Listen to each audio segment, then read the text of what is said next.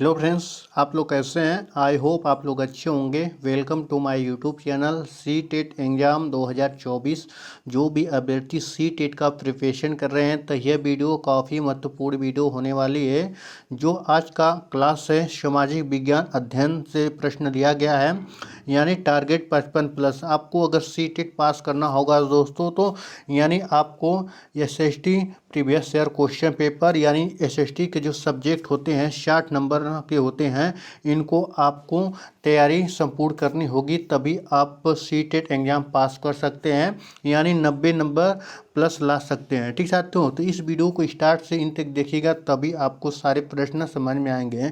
ठीक साथियों, बहुत से ऐसे अभ्यर्थी होते हैं आधे अधूरे वीडियो देखते हैं, कहीं ना कहीं किसी की वीडियो आप लोग देखते होंगे, कोई ज़रूरी नहीं कि मेरा ही वीडियो देखें, किसी का भी आप लोग देखते हैं तो पूरा देखिएगा, क्योंकि बहुत से ऐसे अभ्यर्थी हैं जो इस बार पहली बार फॉर्म अप्लाई किए हैं। बहुत से ऐसे अभ्यर्थी हैं कि 2 बार 3 बार फॉर्म अप्लाई कर चुके हैं, पास नहीं हो पा रहे हैं, कहीं ना कहीं 1 नंबर 2 नंबर से फेल हो जा रहे हैं। तो इन बातों को आपको ध्यान रखना बहुत ही ज़रूरी है दोस्तों।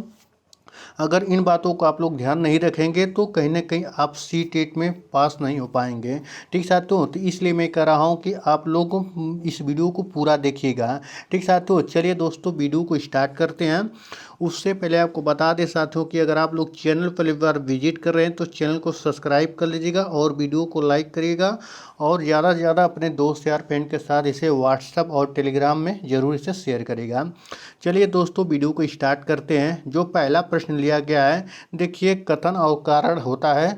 यह प्रश्न कम से कम 20 से 25 प्रश्न पूछे जाते हैं, ऐसे प्रश्न कथन अभिकथन और कारण। ठीक साथियों, तो चलिए पहला जो प्रश्न दिया गया है दोस्तों, अभिकथन में दिया गया है कि शाहजहां के शासनकाल के दौरान मुगल वास्तुकला के विभिन्न तत्व एक भव्य सुसंगत संश्लेषण में लाए गए।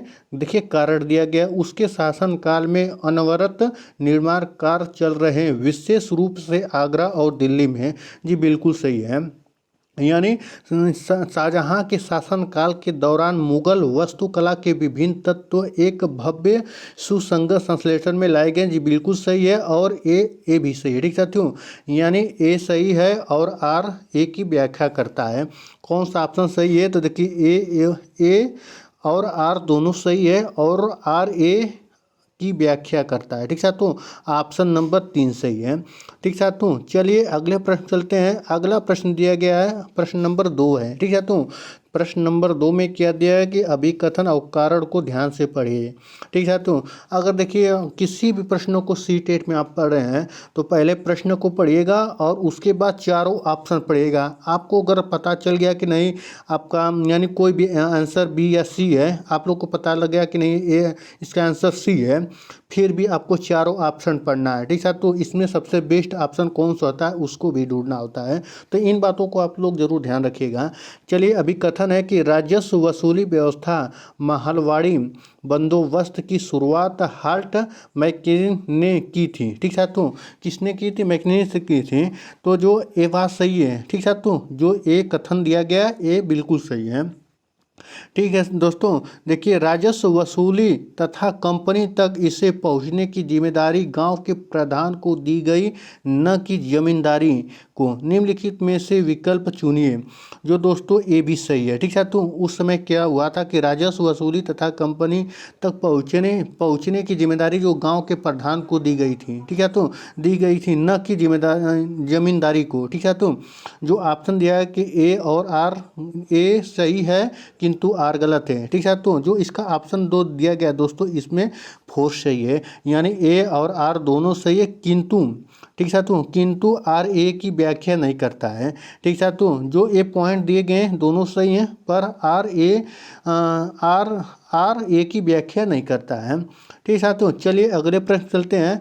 अगला प्रश्न दिया गया है, प्रश्न नंबर 3 दिया गया है कि कारण लद्दाख को छोटा तिब्बत भी कहते हैं। तो किसके कारण कहते हैं दोस्तों? देखिए भौगोलिक समीप्य। ठीक है, तो सामीप्य, तो ये भौगोलिक सामीप्य नहीं है। देखिए धार्मिक समानता, ठीक साथियों। धार्मिक समानता जी बिल्कुल है, छोटी तिब्बत का भी कहते हैं। देखिए वहाँ पर जो धार्मिक समानता इसलिए दोस्तों कि जो तिब्बत में बौद्धिस्ट लोग बहुत ज़्यादा पाए जाते हैं वहाँ पे, यानी जो लद्दाख में है तो उसमें 90% बौद्धिस्ट पाए जाते हैं, तो वह कहीं ना कहीं तिब्बत से मिलता जुलता है। ठीक साथियों, तो ए ऑप्शन नंबर बी सही हो गया। ठीक साथियों, समान भोजन जी बिल्कुल सही है। ठीक साथियों, बिल्कुल सही है। भाषाई समानता ए भी सही है। ठीक साथियों, तो कौन सा इसका राइट आंसर है दोस्तों, तो ऑप्शन नंबर 4 में दिख रहा है, बी सी और डी। ठीक साथियों, तो ऑप्शन नंबर में 4 दिख रहा है। तो चलिए अगले प्रश्न चलते हैं। अगला प्रश्न दिया गया अगला प्रश्न है 4।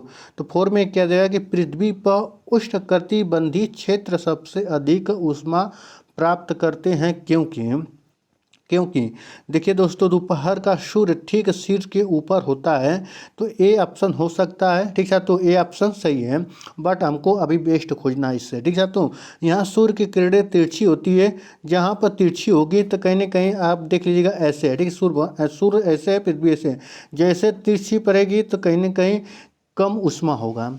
ठीक है, तो यह स्थल रुद्ध, देखिए स्थल रुद्ध ए बी ऑप्शन गलत है।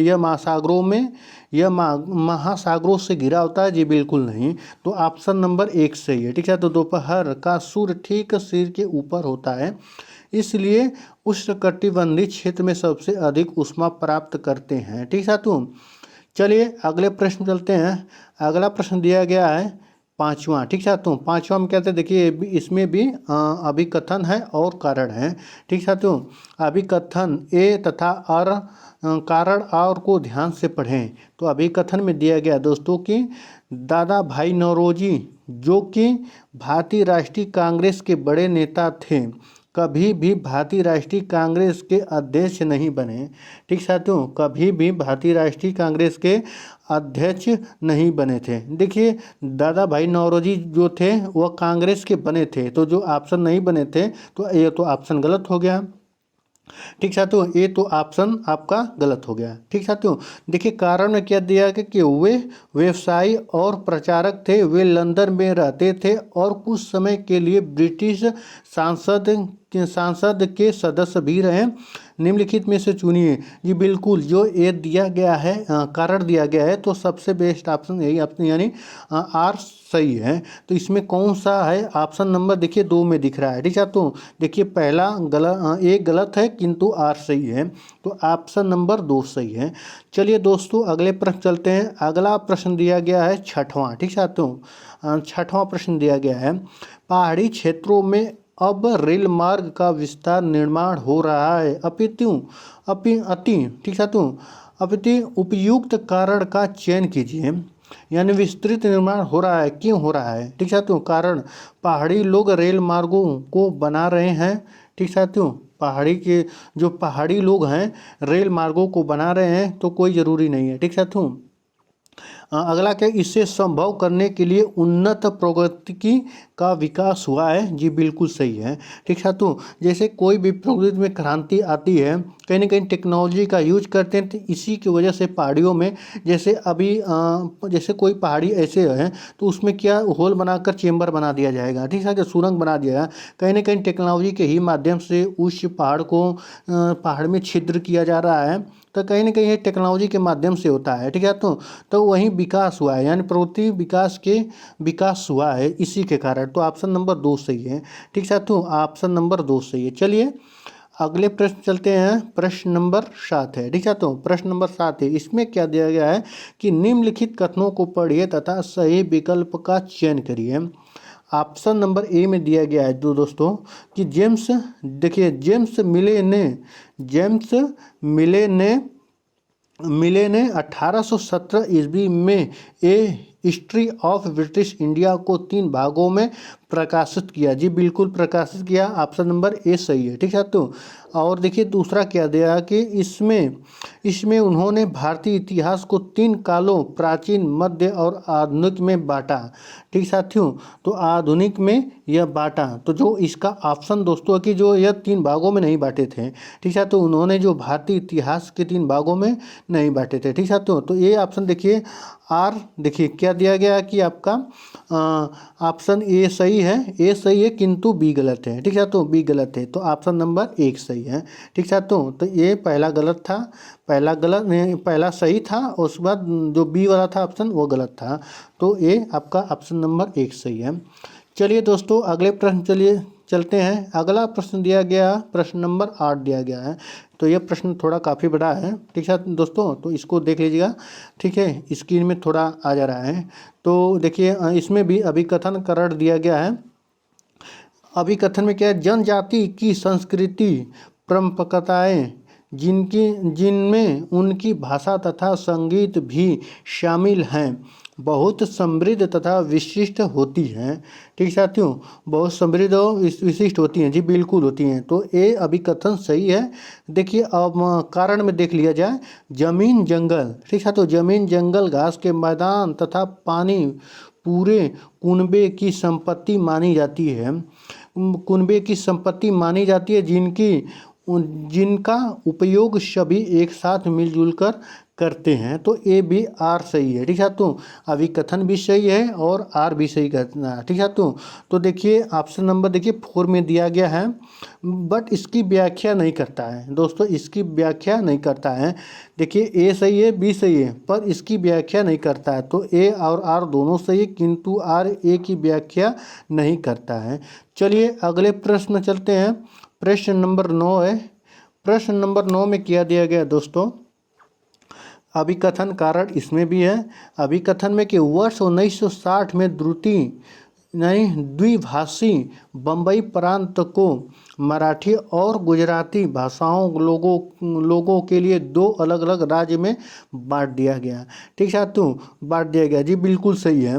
1960 में दोस्तों मुंबई जो यानी मुंबई प्रांत था, उससे मुंबई यानी महाराष्ट्र और गुजरात में 2 भागों में बांट दिया गया, भाषा के आधार पर बांटा गया था। ठीक है, तो 1960 में, तो ये ऑप्शन सही है, यानी अभिकथन सही है। देखिए आर व्याख्या करता है कि नहीं करता है। देखिए वर्ष 1966 में पंजाब का भी विभाजन 2 राज्यों में हुआ। पंजाबी भाषियों के लिए, हरियाणी व हिंदी बोलने वाले के लिए। तो जो देखिए दोस्तों यह हुआ था। ठीक है, तो यानी ए भी सही है, बट इसकी व्याख्या नहीं करता है। तो ऑप्शन नंबर क्या दिया है कि 4 सही है, यानी ए और आर दोनों सही है, बट लेकिन आर ए की व्याख्या नहीं करता है। ठीक है, तो ऑप्शन नंबर 4 सही है। चलिए अगले प्रश्न चलते हैं। अगला प्रश्न लिया गया है 10 है। ठीक है, तो अगला प्रश्न है 10। निम्नलिखित कथनों को पढ़िए तथा सही विकल्प का चयन करिए। ऑप्शन नंबर जो दिया गया है ए, ठीक साथियों, ए दिया गया और बी दिया गया है, 2 ऑप्शन दिए गए हैं, उसमें कौन सा विकल्प सही है। 1770 ईस्वी में बंगाल में एक भयानक अकाल ने लगभग 1 करोड़ लोगों को मार डाला। यानी एक भयानक अकाल आया था, उसमें 1 करोड़ लोग मारे गए। ठीक है, तो 1 करोड़ लोग मारे गए। ठीक है, तो ये बात बिल्कुल सही है। 1770 ईस्वी में बंगाल में एक भयानक अकाल के कारण 1 करोड़ से ज़्यादा लोग मारे गए थे, जी बिल्कुल सही है। बी देखिए, बी ऑप्शन दिया गया है। बी में क्या दिया है कि इस अकाल में बंगाल की 1/3 आबादी खत्म हो गई थी, जी बिल्कुल सही है। ठीक साथियों, ये बातें जितना कथन दिया गया एकदम एग्जैक्ट सही है। तो कथन ए और बी दोनों सही हैं। चलिए अगले प्रश्न में चलते हैं। प्रश्न नंबर 11 में क्या दिया गया है दोस्तों कि पेरियारी, ठीक है, तो पेरियापुरम, ठीक है, तो पूर्णम एक तमिल कृति हमसे किसके बारे में जानकारी देता है, हमें किसके बारे में जानकारी देता है। तो साधारण पुरुषों और महिलाओं के बारे में, सिपाहियों और सैन्य जनरलों के बारे में, राजाओं और रानियों के बारे में, विद्वानों और कवियों के बारे में। तो कौन सा ऑप्शन सही है। तो जो ऑप्शन दोस्तों सही है, ऑप्शन नंबर 1 सही है। साधारण पुरुषों और महिलाओं के बारे में यह जानकारी देता है। ठीक है, तो चलिए अगले प्रश्न चलते हैं। पूरा जितना भी प्रश्न लिया गया दोस्तों पूरा एनसीईआरटी के बेसिस है, जो परीक्षाओं में बार बार सीटेट में पूछे गए हैं और पूछे जाएंगे भी। ठीक साथियों, तो 12वां प्रश्न दिया है 7वीं शताब्दी के प्रारंभ से निम्नलिखित में से किस विचार पर लोग ने सवाल उठाना शुरू कर दिया। तो पहला ऑप्शन है व्यक्तिगत प्रयासों से पूर्व जन्म के चक्र से छुटकारा पाया जा सकता है। ऑप्शन नंबर जो दो दिया गया है सामाजिक विशेष अधिकारों किसी के जन्म का परिणाम है। ऑप्शन नंबर 3 है केवल मानव जाति के अंतर्गत केवल मानव जाति जीवन के अनंत चक्रों से गुजरती है। ऑप्शन नंबर 4 है सभी व्यक्ति जन्म के समय समान होते हैं। तो कौन सा ऑप्शन सही है दोस्तों? तो जो 12 का है ऑप्शन नंबर 2 सही है। ठीक साथियों, यानी सामाजिक विशेषाधिकार किसी के जन्म का परिमाण है। ठीक साथियों, इस पर सवाल उठाना शुरू कर दिया 7वीं शताब्दी में। ठीक साथियों, चलिए अगले प्रश्न चलते हैं। अगला प्रश्न दिया गया है 13 में देखिए क्या दिया गया है। पृथ्वी के चारों ओर फैली वायु की पतली परत को वायुमंडल कहते हैं। क्या चीज़ें वायु को पृथ्वी के चारों ओर बनाए रखती हैं? ठीक साथियों, देखिए पहला ऑप्शन दिया गया है कि पृथ्वी पर चट्टानें और महासागर। ठीक साथियों, तो ये ऑप्शन देखिए पहले गलत है। चंद्रमा का गुरुत्वाकर्षण बल जी बिल्कुल नहीं। पृथ्वी के गुरुत्वाकर्षण बल जी बिल्कुल सही है। ठीक है, तो जो अगर पृथ्वी के चारों ओर फैले वायु को पतली परत वायुमंडल कहते हैं, तो वह क्या चीज़ वायु को पृथ्वी की ओर बनाए रखती है? तो जो पृथ्वी का गुरुत्वाकर्षण होता है इसी की वजह से इसका वातावरण और वायुमंडल बना होता है। ठीक है, तो अगर पृथ्वी का गुरुत्वाकर्षण नहीं रहता तो यह वायुमंडल नहीं बनता। ठीक साथियों, तो ऑप्शन नंबर 3 सही है। चलिए दोस्तों अगले प्रश्न चलते हैं। अगला प्रश्न है 14 में क्या दिया गया है दोस्तों? निम्नलिखित में से कौन से वर्तमान समय के संसाधन उपलब्धता के संदर्भ के साथ सतत पोषणीय विकास में सहायता करते हैं? तो ऑप्शन नंबर देखिए कूट में दिया गया है। ठीक साथियों, तो देखिए इसमें क्या दिया गया है 14 का संसाधनों की खपत को घटाना जी बिल्कुल बात सही है इसका। संसाधन, ठीक साथियों, संसाधन के उपयोग में वृद्धि। देखिए आप उपयोग करेंगे तो वृद्धि कैसे होगी? संसाधन जितने कम करेंगे तब वृद्धि होगी ना। तो यह ऑप्शन गलत हो गया। संसाधनों का पुनः चक्रण जी बिल्कुल है। जैसे आपके घर में प्लास्टिक आता है, चीनी लेते हैं, आलू लेते हैं, मटर लेते हैं, कहीं ना कहीं कपड़ा लेते हैं, तो कहीं ना कहीं आपके घर में प्लास्टिक आता है। उस प्लास्टिक को, ठीक है, तो उस प्लास्टिक को अगर किसी को कबाड़िया वाले के बेच देते हैं, कहीं ना कहीं वो रिसाइकल हो जाता है, यानी रिसाइकल होकर फिर से प्लास्टिक बनकर आता है। तो कहीं ना कहीं ये सबसे बेस्ट तरीका होता है, यह चक्रण हो गया। ठीक है, तो वस्तुओं का पुनः उपयोग जी बिल्कुल सही है। तो ए और सी और डी सही है। तो कौन सा ऑप्शन सही है? तो ऑप्शन नंबर देखिए 3 सही है, ए और सी और डी। ठीक है, तो ए और सी और डी, तो ऑप्शन नंबर 3 सही है। चलिए अगले प्रश्न में चलते हैं। अगला प्रश्न दिया गया है Hindustan socialist publication association HSRA के बारे में निम्नलिखित में से कौन सा कथन सही नहीं है? तो हम लोग को कौन सा कथन सही नहीं खोजना है, तो गलत का भाई गलत को खोजना है। ठीक साथियों, तो चलिए अगले प्रश्न ऑप्शन नंबर 1 दिया गया है दोस्तों 15 का। वर्ष 1928 में पंजाब के अमृतसर में इनकी स्थापना हुई थी। ठीक साथियों, जो इसका मतलब स्थापना हुई थी, तो क्या हुई थी कि नहीं हुई थी? जी बिल्कुल नहीं हुई थी, यानी 1928 में इसकी स्थापना नहीं हुई थी। ये देखिए ऑप्शन नंबर 1 ही सही है। ठीक है, तो ऑप्शन नंबर 1 ही सही है, तो आप लोग सीधे समझ जाइएगा। ठीक है, तो चलिए अगले प्रश्न चलते हैं। अगला प्रश्न दिया गया कि हमारी पृथ्वी का वास्तविक निरूपक प्रतिरूप है। हमारी पृथ्वी का वास्तविक निरूपक प्रतिरूप है। तो ऑप्शन नंबर 1 है रग्बी गेंद है, ग्लोब है, मानचित्र है, उपग्रह से प्राप्त चित्र है। तो कौन सा ऑप्शन सही है? तो ऑप्शन नंबर देखिए दोस्तों 2 सही है। जो वास्तविक निरूप प्रतिरूप है ग्लोब है। जैसे आप लोग ग्लोब देखे रहे होंगे, ठीक साथियों, ग्लोब जैसे ऐसे ग्लोब बनाया जाता है, ठीक है। तो यह 23 अंश डिग्री से यह घुमाव रहता है, ठीक है। तो हम लोग क्या करते हैं कि जो वास्तविक प्रतिरूप होता है वह ग्लोब को होता है, ग्लोब, ठीक है। तो ऑप्शन नंबर 2 सही है। तो चलिए अगले प्रश्न चलते हैं। प्रश्न नंबर 17 है।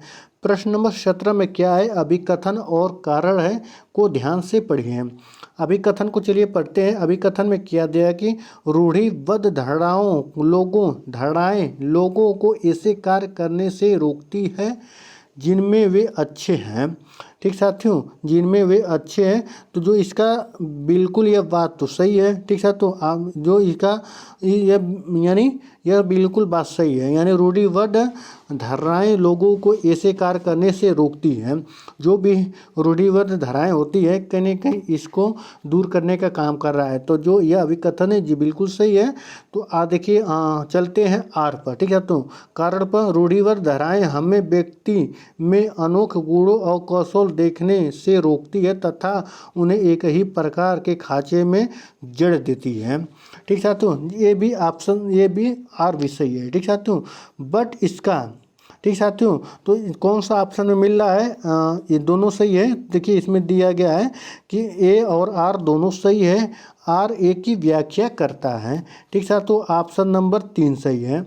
चलिए अगले प्रश्न में चलते हैं। अगला प्रश्न दिया गया 18 दिया कि देखिए पवन क्या है कि पवन सड़क पर गिरी सूखी पत्तियों को उठाती है, ठीक साथियों। यहाँ पर उठाता रहेगा। पवन कैसे बहती है, ठीक है। तो कैसे बहती है, पवन सड़क पर गिरी पत्तियों पर यानी सूखी पत्तियों को सुखाती है। पवन कैसी बहती है, देखिए संघनित वायु गति से बहती है कि पौधे और जीव जंतुओं की गति। ऑप्शन नंबर 3 उच्च दाब। देखिए इसमें क्या दिया गया दोस्तों कि संघनित वायु की गति, देखिए इससे कोई मतलब नहीं है और जिन जंतु से भी मतलब नहीं है, ठीक है। तो ये भी ऑप्शन गलत हो गया। ऑप्शन 3 में दिया गया है दोस्तों कि उच्च दाब क्षेत्र से निम्न दाब क्षेत्र की ओर वायु की गति, जी बिल्कुल सही है। जो इसका ऑप्शन है 18 का 3 सही है। देखिए आप लोग गर्मियों में देखते रहे होंगे कि लू आता है, ठीक है। तो हमारे यहाँ लू आता है। तो देखिए जब मई जून या मार्च अप्रैल, देखिए मार्च में ज़्यादा चलता है, मार्च अप्रैल मई में 3 महीनों तक बहुत अधिक लू आता है। कहीं न कहीं जो हम लोग का वातावरण होता है उसमें क्या होता है कि नमी कम हो जाती है, गर्मी बहुत ज़्यादा होता है तो उसका दाब घट जाता है। तो इसी के वजह से जो वायु अधिक जिधर रहता है यानी कम दाब वाले क्षेत्र को जाता है, अधिक उच्च दाब क्षेत्र से निम्न दाब की ओर वायु गति करता है। तो ऑप्शन नंबर 3 सही है। तो चलिए अगले प्रश्न में चलते हैं दोस्तों। अगला प्रश्न दिया गया है, अगला प्रश्न है 19 में दिया है कि निम्नलिखित कथन को पढ़िए तथा सही विकल्प का चयन करिए, ठीक साथियों। देखिए इसमें क्या दिया कि वेद समाज की स्थापना 1864 में मद्रास में हुई थी, ठीक साथियों।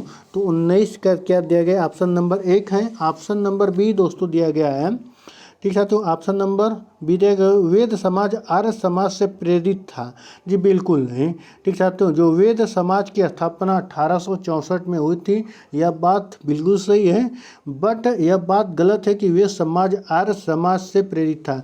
ये आर्य समाज से प्रेरित नहीं था, ठीक साथियों। तो कौन सा ऑप्शन सही है, देखिए ऑप्शन नंबर कथन क्या दिया है कि कथन ए सही है किंतु बी गलत है। तो 19 का ऑप्शन नंबर 1 सही है। चलिए अगले प्रश्न चलते हैं। अगला प्रश्न है 20 क्या दिया है कि भारतीय उपमहाद्वीप में गंगा ब्रह्मपुत्र बेसिन का व्याख्या करने वाले कथन का चयन करिए। ऑप्शन नंबर 1 दिया गया है दोस्तों, ठीक साथियों, कि इस प्रदेश में शंकुधारी वन पाए जाते हैं, जी बिल्कुल नहीं है। इस प्रदेश में शंकुधारी वन नहीं पाए जाते हैं। शंकुधारी वन वहाँ पर पाए जाते हैं जहाँ पर अधिक ठंड पड़ती है यानी उष्ण कटिबंध में पाए जाते हैं, ठीक। शीतोष्ण कटिबंध में शंकुधारी वन पाए जाते हैं, ठीक साथियों। तो ये तो पहला ऑप्शन गलत हो गया, ए वाला कथन गलत हो गया। यह बेसिन यह बेसिन उपोष्ण में स्थित है, जी बिल्कुल सही है, ठीक है। तो इस क्षेत्र की जलवायु मुख्यतः मानसूनी है, जी बिल्कुल सही है, यानी सी भी सही है। बेसिन क्षेत्र में विभिन्न प्रकार की स्थल स्थलाकृतियाँ हैं, ये बिल्कुल सही है। ठीक है, तो ऑप्शन नंबर कौन सा सही है? बी और सी और डी सही है, यानी ऑप्शन नंबर 4 सही है, यानी बी सही है, सी सही है और डी सही है, ऑप्शन नंबर 4 सही है। ठीक साथियों, यहाँ तक क्लियर है? तो चलिए अगले प्रश्न चलते हैं। अगला प्रश्न है 21 में क्या दिया गया है दोस्तों? 21 में दिया गया है कि क्या चीज़ किसी वस्तु अथवा पदार्थ को संसाधन बनाती है? ठीक साथियों, तो इसमें क्या दिया है कि निष्कर्षण, वस्तु की खोज, शुद्धिकरण, उपयोगिता अथवा प्रयोज्यता। तो कौन सा ऑप्शन यह सही है? तो देखिए जो ऑप्शन सही है ऑप्शन नंबर 4 सही है, उपयोगिता अथवा प्रयोज्यता। ठीक साथियों, प्रयोज्यता। ठीक साथियों, तो ऑप्शन नंबर 4 सही है। चलिए अगले प्रश्न में चलते हैं। अगला प्रश्न दिया गया दोस्तों कि वर्ष 22 दिया गया है, वर्ष 1929 में बाल विवाह निषेध अधिनियम पारित किया गया। ठीक है, तो 1929 में बाल विवाह निषेध पारित किया गया। इस अधिनियम के अनुसार पुरुष महिला के लिए विवाह की न्यूनतम आयु क्रमशः कितनी रखी गई?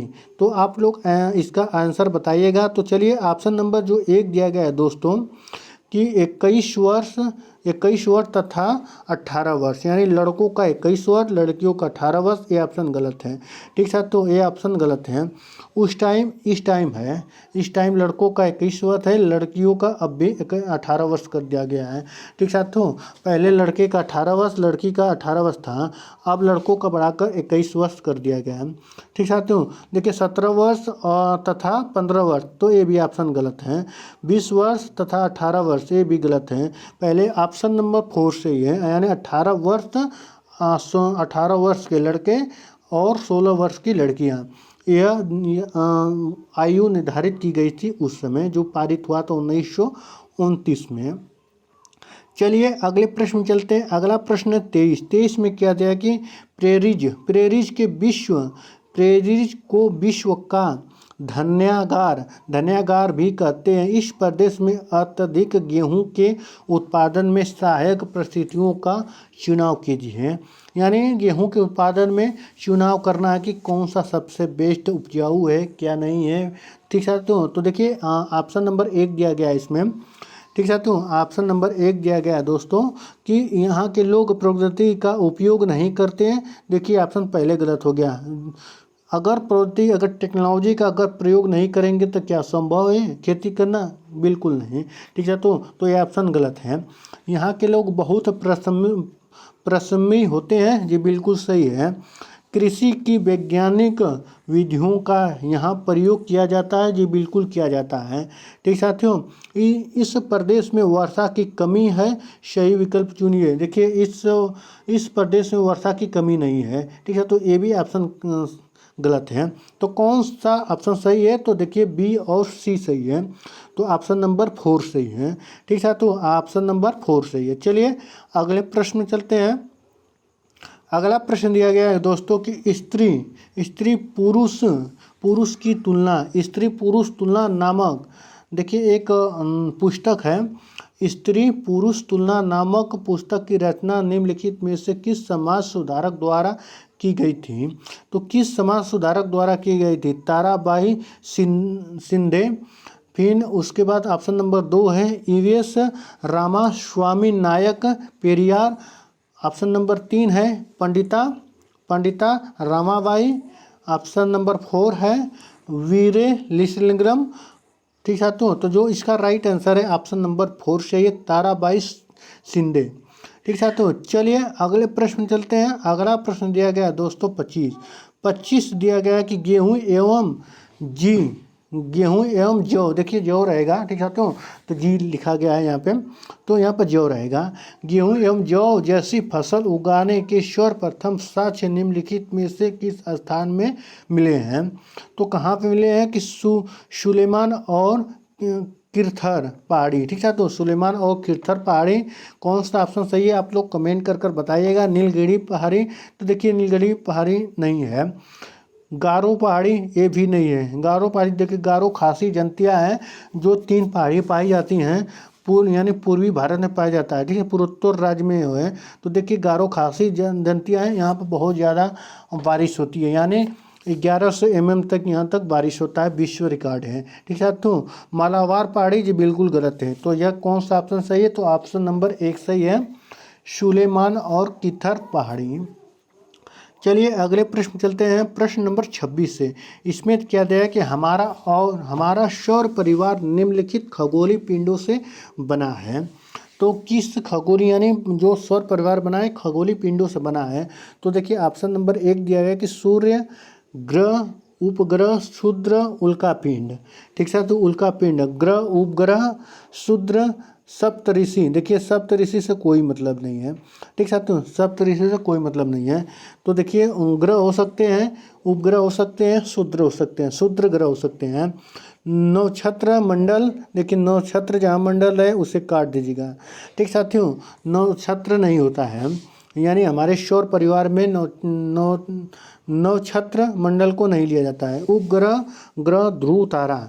देखिए उपग्रह हो सकता है, ग्रह भी हो सकता है, ध्रुव तारा नहीं लिया जाता है हमारे सौर परिवार में। जो हम लोग का सौर परिवार है यानी सौर मंडल का, तो उसमें नहीं लिया जाता है। तो ऑप्शन नंबर कौन सही है? तो ऑप्शन नंबर 1 सही है। ठीक है, तो ऑप्शन नंबर 1 सही है, सूर्य, ग्रह, उपग्रह, क्षुद्र ग्रह, उल्कापिंड।